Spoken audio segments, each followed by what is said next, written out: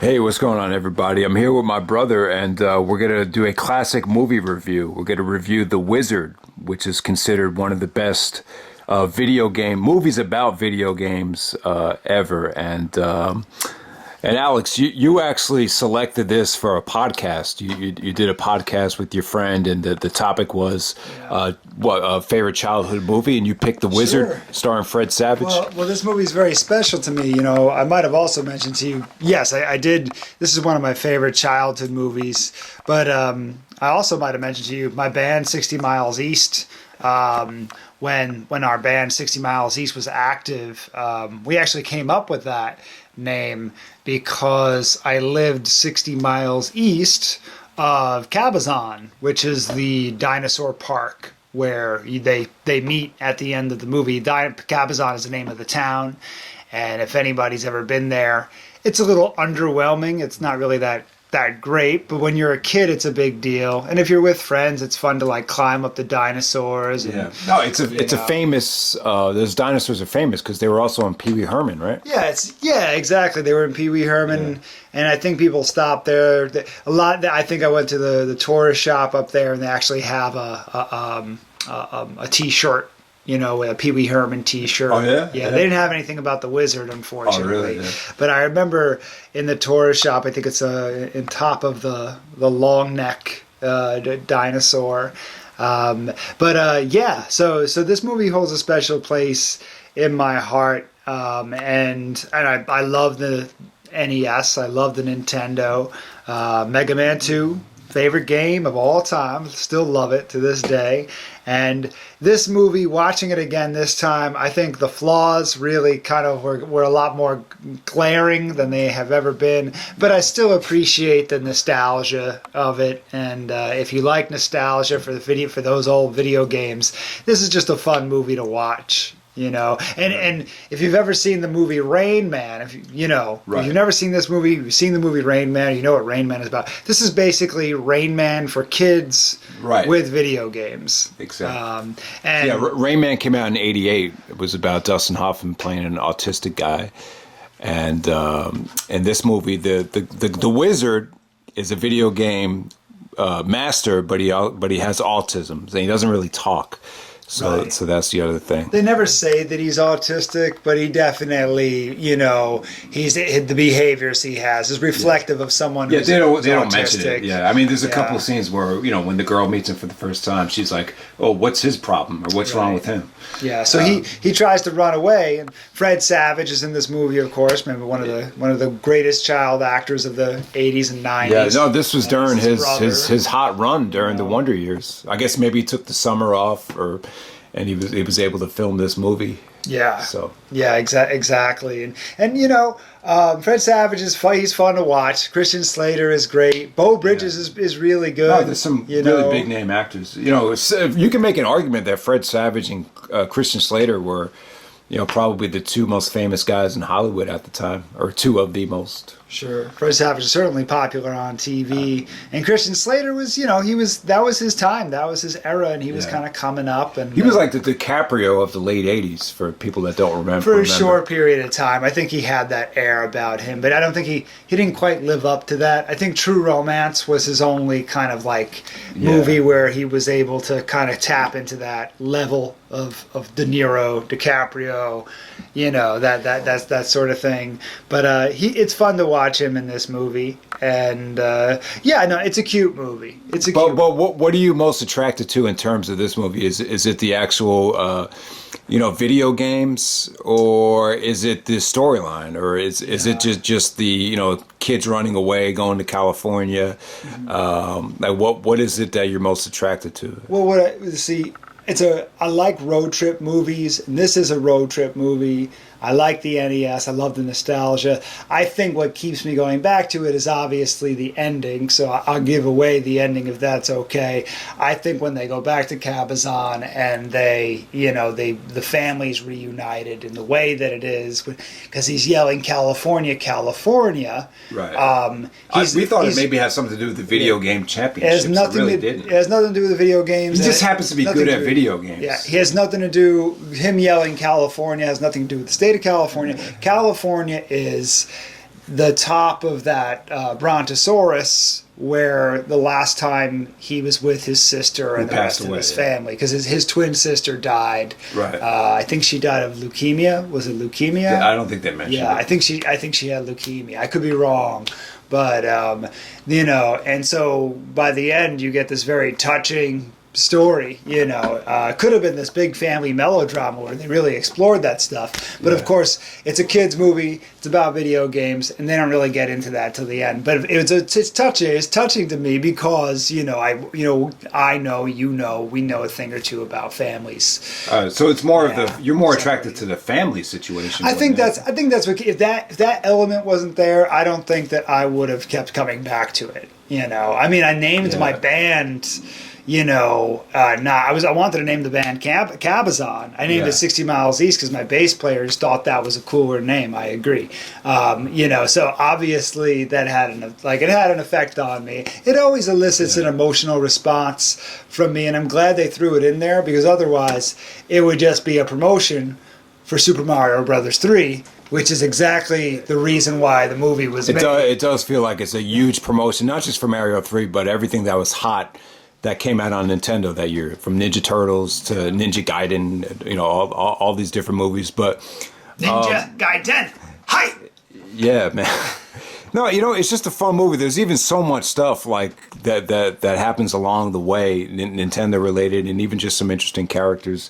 But let me just get the family thing out of the way first. It is confusing. Like even you were like, me and you were like a little bit confused. Like, was the mother the real mother, or is like the guy from Christmas Vacation, was he the father of just one guy or both of them?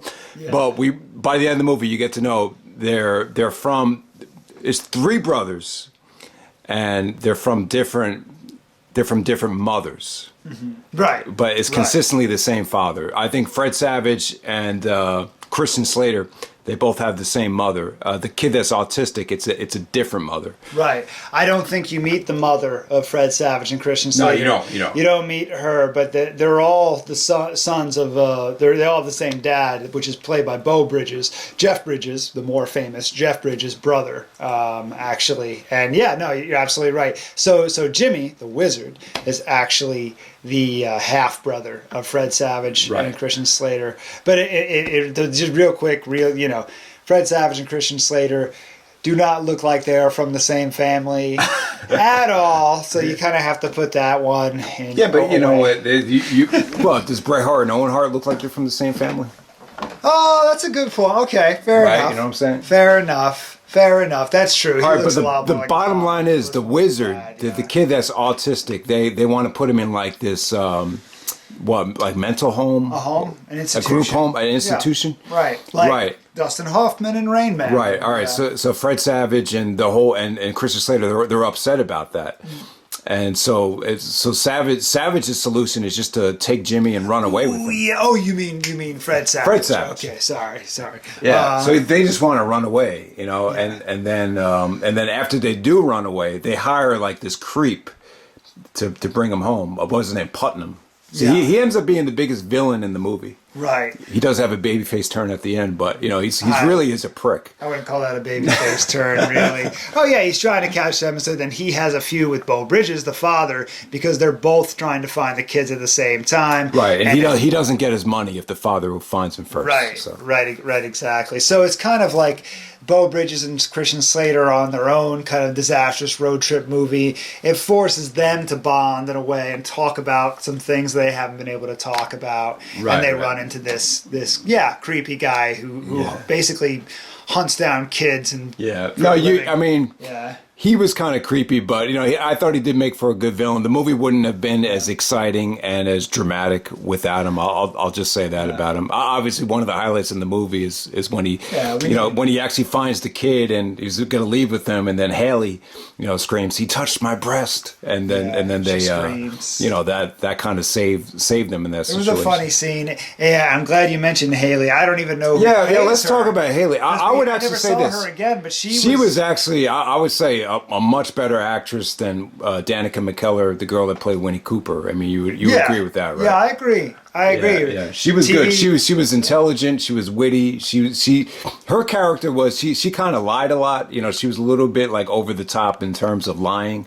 But you come to realize that she actually had a lot of bad luck. But she had a lot of personality, though. The difference is she didn't have to wait for Daniel Stern to finish his narration and stand there and look into space. Right. You know, that's very hard on Winnie Cooper. That's a Wonder Years She's got to reference. She's got to wait for the narration to end. No, I don't even know the actress's name because I don't think she did a lot. She didn't do a lot, but she was good for the movie, though. Yeah. She was very good. She got them going in the right direction. Yeah, you know? She and Fred Savage. And it's funny, like her and Savage, like they essentially they want to make money off of the Wizard. Yeah,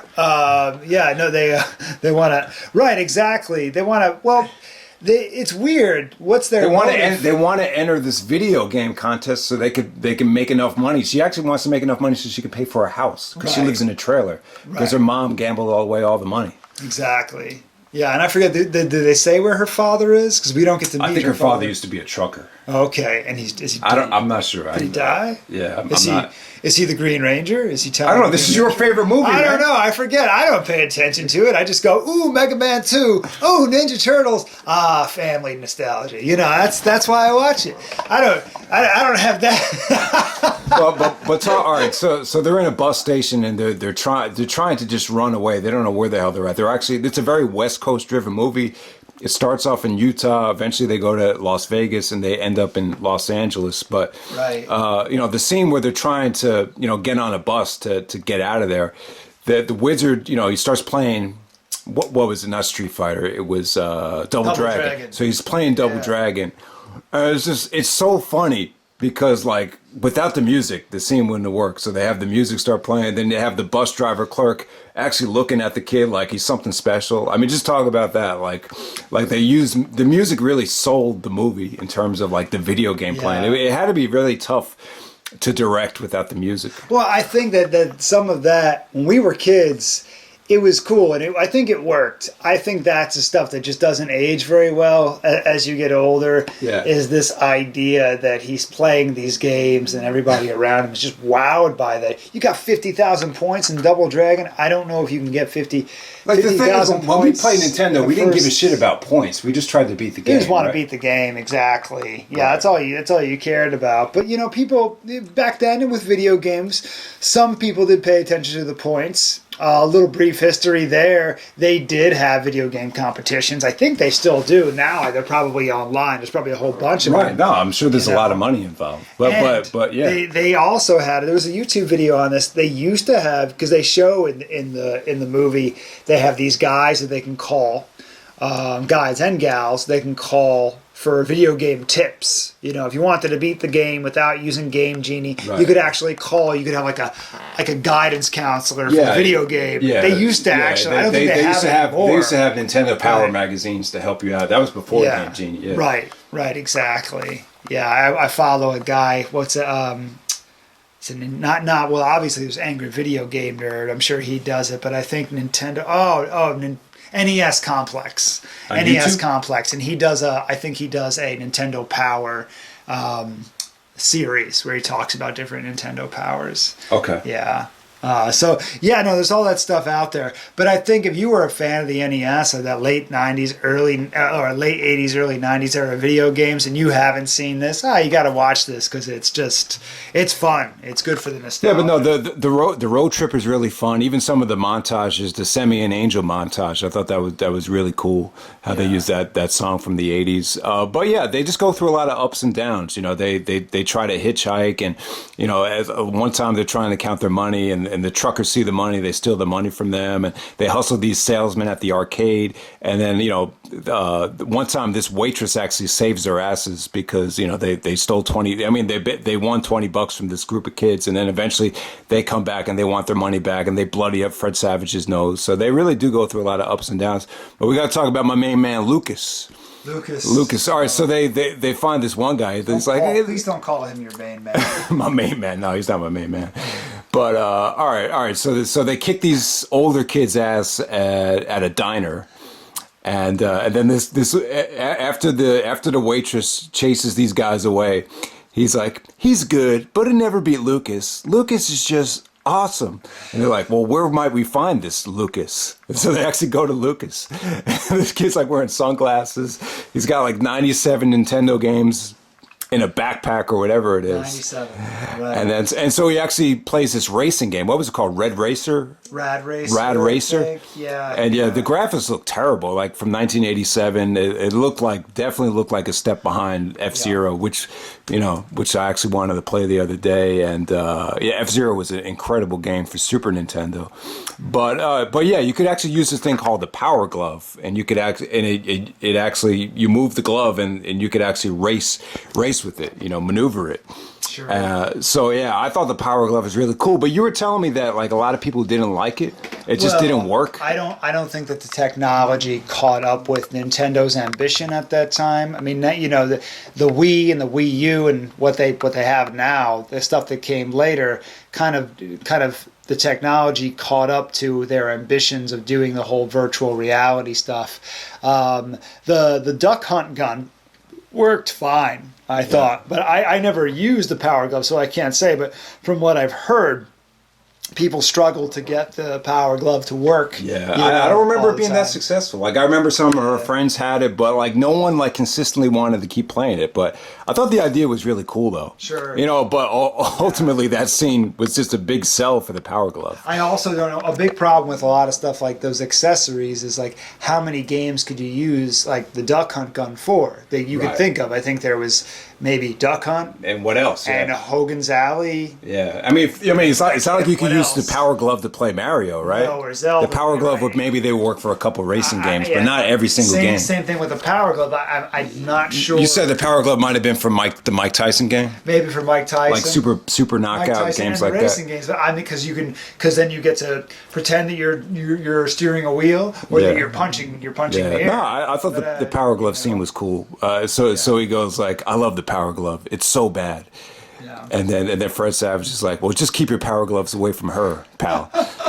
So the guy's the greatest part of the movie, I think. Yeah. Actually, that's it's funny because this kid, like, if you read any information about what happened to this actor, apparently he ended up going to jail for being a pedophile. So and then you actually cracked the joke. You said, oh, I guess he couldn't keep his Power Gloves away from everybody else. So I know. So that's why I told you, please don't call him my main man. Yeah, exactly. Yeah. He's another heel. There's probably two bad guys in the movie. You got the guy trying to find the autistic kid, to get his money, and then you got Lucas as well. Lucas does, even though he never really seen the Wizard play, he's afraid of him. Like he knows he's good, like because he's going by what his friends had told him. Mm-hmm. So it's like even though the Wizard kind of chickened out with the Power Glove thing. Secretly he's afraid of him. He just assumes. Right. He wants to annihilate the competition so he can win this contest. Right. Yeah. Maybe he heard from somewhere else, but no, I think that they glazed over that. Yeah. And if I may, just like I said, there's some flaws. There is a lack of attention to detail, in this movie. Lots of things. There are some continuity errors that you'll notice in the movie, but it's nothing that's like so bad that it like ruins the movie. It's just a few things, Okay. Like the car scenes where the guy's trying to ruin the other guy's car, so he doesn't find the kid. Yeah. You see him. Yeah, right. You see him. Destroy the same headlight twice. In a matter of 5 seconds. So you just see little things like that. I didn't even notice. Yeah, I noticed those things because I watch enough movies. And but it's not a glaring thing. It's not going to ruin your experience of the film, But I'm glad you brought up Lucas because I actually give the kid credit. I think he's another performance that kind of stands out as like, he just played. I like the scene where it was right before the competition started when they got down to 3, and he knew the Wizard was going to be in the mix, and then he saw the Putnam, the guy that was looking for him. It's like, hey you right there with the black shirt. There he is, go get him. You knew it, right? Exactly. Yeah, totally. Yeah. No, the video game competition is cool, especially if you like video games. They have to play Ninja Gaiden to get into. Right. So when they get to this competition, they say Ninja Gaiden is the game, But that's just the game to narrow it down to 3. Fuck that game. Yeah. By the way. It's not. It's a very fun game. It's actually really cool. The gameplay is great, but it's so difficult. It's like it's bullshit how difficult. And anybody who's ever played it before knows it's so ridiculous. Right, but when it came down for the main contest, they were going to give him a new game, and I'll tell you, man, I get goosebumps when they say when they present the new game and like, here's a new game. Mario Brothers. It ends up being Mario 3 when they play the song. Like, I think at the time, if you saw this when it came out, like, it's like, oh, it's Mario 3, but because that game meant so much to everybody growing up, like when you hear that theme song, the Mario, it's like, oh man, like this is my favorite game ever. You and I played that game. We've started a new file or whatever, whether it was the one on NES or usually it was the All Stars version on SNES. More than any other game, and even myself individually, I've played or started a new game for Mario Brothers 3 more than any other game. So that's why it's like top 3 games of all time for me. Because it's an extremely fun game. I mean, there's so many different things. Changing into the frog suit. Using the P to fly over the levels. Mm-hmm. Each world is just so different and unique. You have 8 different levels. And, the whole thing with the flute and being able to transfer to a different level, it was just so well done. And it's funny when you watch them playing the game, you're like, you guys suck at this game. But it's only because you've been playing this game your whole life. Obviously, you're experts at it. It's funny when you watch them play it, you're like, oh, man, these guys don't know where anything is. For me, that's another flaw because, it's not a flaw, but it is a flaw. The filmmakers probably didn't think it was a flaw. I think it is because I disagree. That first world in Super Mario Brothers 3 is designed for you to complete it fairly easily. Like they don't really throw any difficulty at you until maybe the warship where you have to fight the boss of the world. Right. No, you can beat that level in your sleep. Yeah. Now. Exactly. Yeah. But I'm saying when I first played the game, I didn't even know how to enter the friggin' levels. So I could see why some people did struggle with it at first. Plus, how the fuck are you supposed to know to even get the flute? There's two ways you could get it. Right. You could just duck by that white little board or whatever, and then go behind the level and then get the flute, and then you could fly up on top of the castle to get the flute. So I don't know how he knew how to get the whistle, but he was able to do it. But like the first time you play the game, you're like clueless about what to do. Yeah, you have to put away some stuff. If you're a big fan of movies, you have to kind of put stuff away, your criticism away, because in those scenes, they should just be, if they're supposed to be these great video game players, like really good video gamers, they should be dominating the first world of Super Mario Brothers 3. They should be dominating it. I see what you're saying. Because I've watched kids who are really good at video games pick stuff up quickly, and that is one of the didn't the girl didn't the girl Marissa, didn't she get lose a life from one of the turtles or something? I mean, I can see that happening. I mean, she fell off even toward the end, like she fell down. Yeah. I mean, it's not completely unrealistic. But if you're that good, if you just basically whipped Ninja Gaiden, the first world of Super Mario Brothers 3 is a piece of freaking cake for you. So that's my only. All the video game nerds you gotta keep in mind, this is the first time they're ever playing it though. So and the other gripe is when Jimmy when Haley screams, "Jimmy, get the star, get the star!" Right. Like the way he goes to get the star is not the way you could get a star. Like you have to actually run and jump at the same time to get the star. Right. You probably would have gotten a mushroom. So there's a lot of stuff that's up, but it's fun to talk about though because it was such a great game. Yeah. This is not a great movie, but it's fun to watch. It's fun to watch, and it's also great. It's one of my favorite movies. Don't get me wrong, but it's got its flaws. But it's just fun. But it is funny that the whole part of the purpose of this whole movie was to promote Super Mario Brothers 3, which was I don't know if it's still to this day, but I think it was like the highest selling NES game of all time for a long time. One of the highest selling. It was such an upgrade from Mario 2. They show Mario 2 a lot in this movie, but You told me that Mario originally that was another game. It wasn't supposed to be Mario 2, like just the way it was structured and just the there way was it a was set game. up. Yeah, to put my nerd glasses on for a second, there was a game in Japan called Doki Doki Panic, and they took the characters out of that and put the Mario characters in to make Super Mario Brothers 2, because the Super Mario Brothers 2 that they released in Japan was just a more difficult version of the original Super Mario Brothers, and Nintendo of America wanted to release a different game that wasn't as hard for American gamers, because apparently American gamers weren't as savvy as Japanese gamers. That was part of the reason why they did what they did with Super Mario Brothers 2. And that's another reason why Super Mario Brothers 3 was a ginormous level up, in quality from both the first two games, Yeah, but I'll tell you what, overall, like from the video stuff aside, I don't, Fred Savage really had nothing to do with, playing video games, but I thought he really did a good job with this movie. He really had to carry the movie because, he's most of the scenes are with an autistic kid. So I thought I really do think Fred Savage is one of the best child actors ever. Like he's like my guy. I feel like the Wonder Years holds up. I actually did a Wonder Years video like a little over a year ago. I wish he never grew up. I wish he was our friend and just stay here. Yeah, it's funny. Like guys like Macaulay Culkin and Fred Savage, like as they get older, it's just like they just they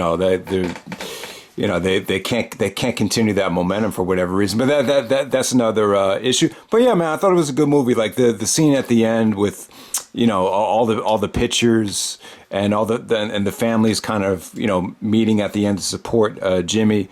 I think a lot of people cried during that scene. I thought it was a good way it's a very touching scene, and just everything, just a lot of ups and downs. I love Haley's relationship with the truckers, about how she could get this guy to help him out, and I love that. We were talking about that one line. It's like, you don't think I have friends? I have friends. Because she was bragging about having all these friends, and then you come to find out she really doesn't have much. So I thought that was pretty cool. Even the Zelda scene too, where he actually kisses her, and it's like, there's no way I'm going to kiss a boy. And then Fred Savage is like, a girl maybe? And he's like, you smart ass. And she gives him the kiss. Yeah. So I thought that was another cool scene. Cute. Yeah. No, it's a very fun movie. But now I do want to go back to the Nintendo and this would become a serious discussion here. I've always talked to you about this too. I do feel like when I was a kid, especially like first grade, second grade, I felt like I was a little bit too obsessed with Nintendo. I think I was addicted at one point. I used to go to school, and at school, the whole day I'd be like just fantasizing about coming home and playing Nintendo. I remember one time I had a birthday party at an arcade. I saw a video of it. I just looked like a man possessed, jumping from arcade game to arcade game. And I just think like, and I do remember that one time we visited our friend Justin in the hospital, and he had a needle through his leg and he broke his femur bone. And he's playing Nintendo in the hospital, and we're like, "Hey, Justin, how you doing?" And he's so wrapped up in Nintendo that he can't even say hello to us. So my question is like, do you think it's unhealthy to become that addicted as a kid to Nintendo, to the point where maybe you can annihilate some of your family members? I mean, or friends and family. I mean, what are your thoughts on that? Annihilate. Not annihilate, but just I know what you mean. Dismiss. Not have as close of a relationship. Annihilate the relationship. Yeah, I'm your brother, so I have to give you shit. But I mean, alienate. Alienate. There you go. But no. I've worked, because I used to work with students as a counselor of sorts, and I've had students who had video game addiction, and these were much older than at the time you're talking about. These are like 18, 19, 20-year-olds, who would be doing internet gaming 8, 9, 10 hours a day, late into the night, becoming insomniacs. Well, you went through it too. Actually, a little bit later. I mean, I would say you were more addicted like around maybe 5th, 6th, 7th grade, around that time. Nintendo 64 era. No, the Legend of Zelda Ocarina of Time used to play that game like 6 hours I remember, a day. Yeah, a lot of people did. And but as far as alienating, it's not just alienating. Sure, you could be alienating family members. And I think I've always, and I know you're going to get mad at me for bringing this up, but I've always mentioned that, one of the things I regret is, our father wasn't a big video game guy. I remember one time you had him play a game. He's like, so what do I do? And I just feel like maybe I was so wrapped up in video games that he actually said to himself, man, I can't connect with my kids because they're so wrapped up in these games. I mean, does that play into it as well? Well, I think everybody wraps themselves up in different things, and we choose to wrap ourselves up in different things, nowadays. Yeah. Sometimes for better or for worse. When you're a kid, the video game thing is just something. We had that as part of our generation, and our father and our mother, they didn't. I think in the case of our father, we already were kind of sort of, how do you say, certainly not disowned. We had a relationship with him, but our relationship with our father was strained, and we didn't get to see him as often as we could have, even when our parents were married. So maybe the video games were something that was in the way, but there was already so much in the way, not just the video games. Right. The video game thing, alienating other people, you from being able to have relationships from other people, that's a really interesting thing. And I think, speaking personally, I know that era when I was playing Ocarina of Time a lot, I wasn't hanging out with, a whole lot of other people. I wasn't meeting girls, and I wasn't on sports teams or, joining bands, like bands from school, or even bands like rock bands, which I did a little bit later. But yeah, no, I do think that the video game thing kind of isolates people. Some people love it. I have a friend who's 33 years old.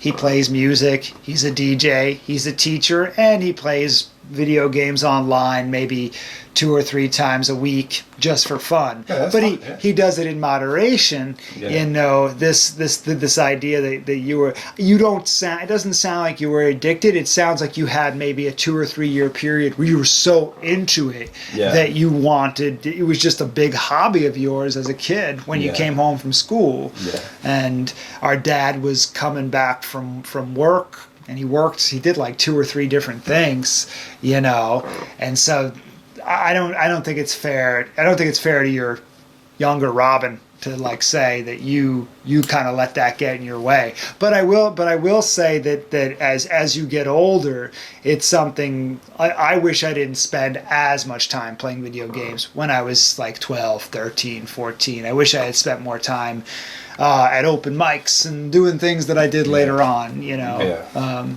so going to dances and shit, things that people do, out there. I wish I did more stuff like that. But, at the same time, I'm also proud of the video games that I have played. I think I've played Mega Man 2 like over 100 times. I think I do. I do think there's a lot of good that can come from video games, because say there's a really challenging game and you can't get by it. It shows, I guess integrity is not but perseverance to just try to figure it out, to try to, figure out how to get by it. And if you do get by it, it's kind of like it helps you with your timing. It can help you with maybe your thought process, strategy. And there are some games that are a little bit more intricate than, like, let's say a Mario game, which is relatively easy. Yeah, similar to how when you learn to play a song on the guitar, you'll notice that your brain's a little sharper. When you read a book, your brain's a little sharper. When you play a game like Metroid or Zelda, your problem solving skills, your critical thinking skills might be a little bit sharper. So I could definitely see that. Because you really do have to think through what you're doing, where you're going. Totally. And I think that's pretty cool. Video games can be a really positive thing too. Sometimes I use it as a coping skill. Like when I take on a new job or a new endeavor, I find that, oh man, like a couple of hours of Mega Man is exactly, or an hour of Mega Man is exactly what the doctor ordered, because I don't have to think about it. I can just kind of let my mind go, and it gives me something practical and tactile to do because I'm using my hands, and I feel like I'm actually accomplishing something inside of the game. So it's like, it's a bit of, believe it or not, it's like a tiny bit of a confidence booster for me. So that's why you know, I dig it. I don't consider myself a gamer in the modern day sense, but I love retro games. I've been playing Sonic the Hedgehog lately just to, you know, take my mind off. Yeah, we got Sega, Nintendo 64, regular Nintendo, Super Nintendo.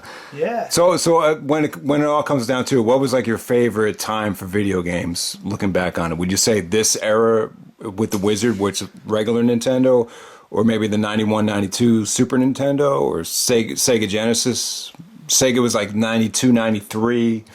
Nintendo 64 was like, what, 96, 97? So there was a time in the early 90s where I felt like the NES, SNES, and Sega Genesis were all relevant at the same time. The NES, while people had started, the SNES era had come and the 16-bit era had come. Mega Man games are still getting released.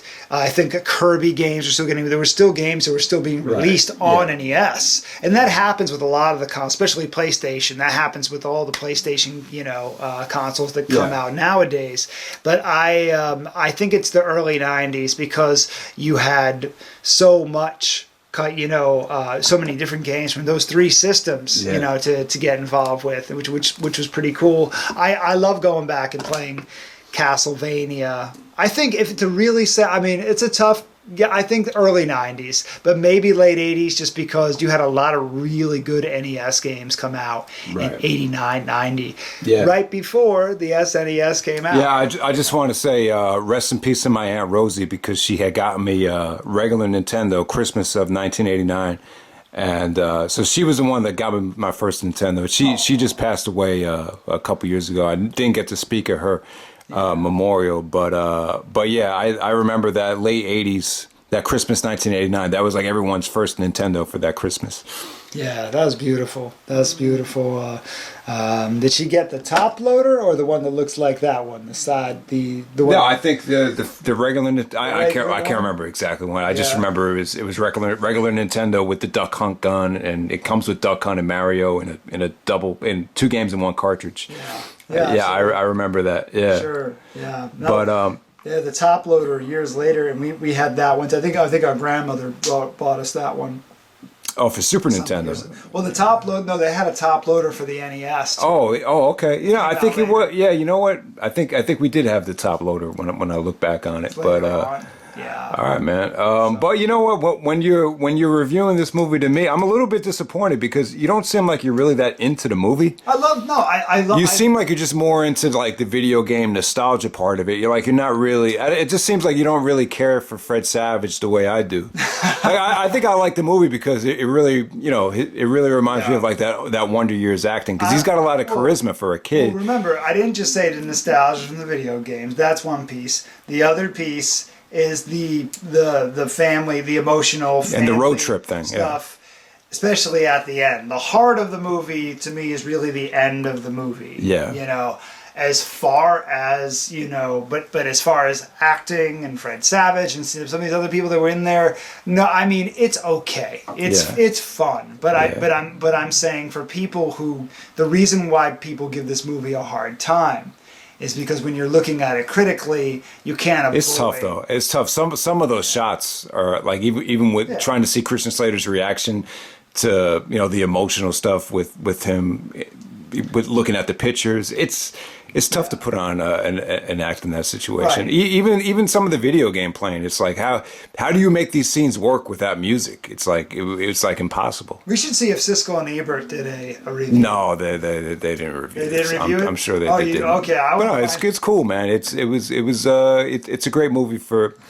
Yeah, for anyone that likes video games, if you grew up in that time, I definitely think it does hold up. So no, I'm sorry. I didn't mean to sound like a dick and like put the movie down. I don't mean to put the movie down. I just think you do have to watch it through somewhat rose-colored lens. You have to watch it. Put your nostalgia goggles on for this movie. Don't take them off, because that's all I need. That's all I mean. Yeah. Should we end the video now? Are you gonna leave this part in? No, we'll end it now. So that's the wrap up of the movie, The Wiz. I feel like I should overanalyze. I feel like I'm leaving something out though. What am I leaving out? Oh man, I forgot about the most important thing. Let's just tell one story before we wrap it up. There's so many. Go for it, man. All right, so here's the story. Yeah. All right, so I used to do this thing just to piss my mother off. I used to go like California, California. Yeah. and then, but you know, they had no idea what I was referencing. They didn't know I was referencing the movie because our grandparents live in California. They thought we like wanted to move to California, or whatever. And she started getting upset. And then my grandma was there. She was like, "You see what you did? You like knock it off."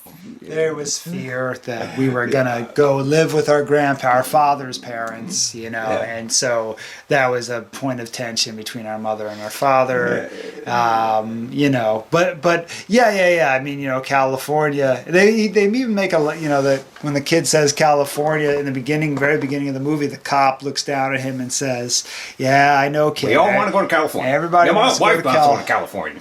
Right. Yeah, but you know, it's you know, but you learn like obviously the championships are in California, they're in Los Angeles, but you know, he wants to go to California because that's where the dinosaur is. That's what's going to bring back those memories of his sister. Yeah. You don't really get that until the end of the movie. That's California. Right. Him and his sister. Right. It's got nothing to do with anything glamorous or anything material. Right. So that's what's cool about it. But it's a very West Coast driven movie though. Like you want to get to know Utah, Nevada, and LA, like just the life out west. You know, just not a very glamorous place. To be honest with you, I mean, Utah's not a lot of just like a lot of desert land, a lot of mountains, not a lot of businesses clicking on all cylinders until you get to Las Vegas. The Vegas part was pretty crazy, you know, at the resort and the gambling and the casinos and all that stuff. Yeah, that was cool. Even rural California isn't very glamorous. You know, I mean, California is very suburban. You know, it's suburbia. Sure, Los Angeles is its own monster, or you know, and a beautiful one. Some of it is glamorous. Some of LA is great, and some of LA is not so great. You know, but it is what it is. People love. There's a lot of pride in Los Angeles. And one thing I'll say about California, having spent 4 years there, is that people who grew up there, they love California. Some people who go there never want to come back to where they're from. Right. My perspective is, yes, it is a really wonderful place, and there's a lot of very nice people, and yes, the weather is great. But it's about what you do and who you're with. That was really funny.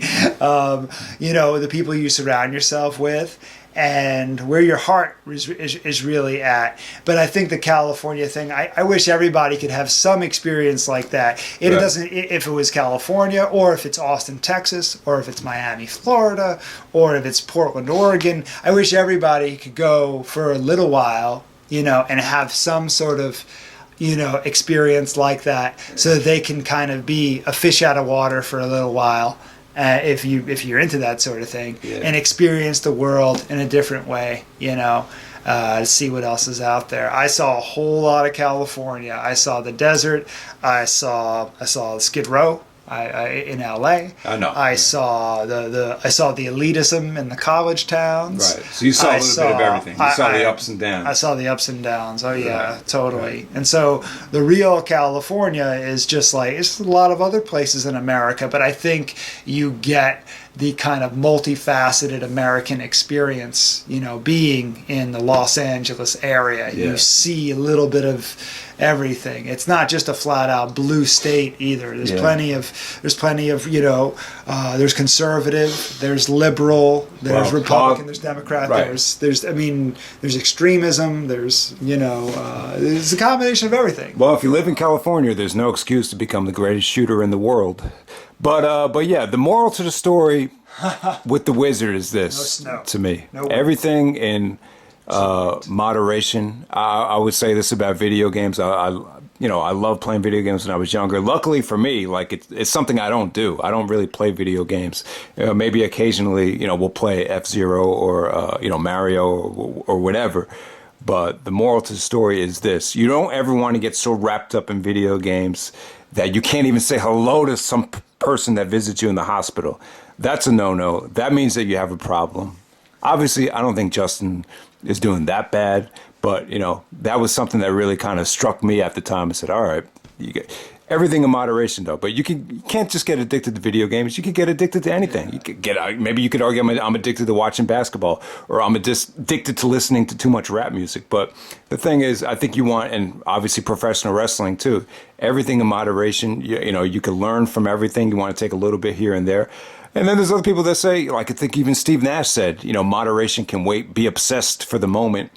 But, it depends. It depends on the situation. But you don't ever want to get to that point where it's like you can't even talk to your family because you're so wrapped up in video games. I'll just say that. But yeah, you got any closing thoughts?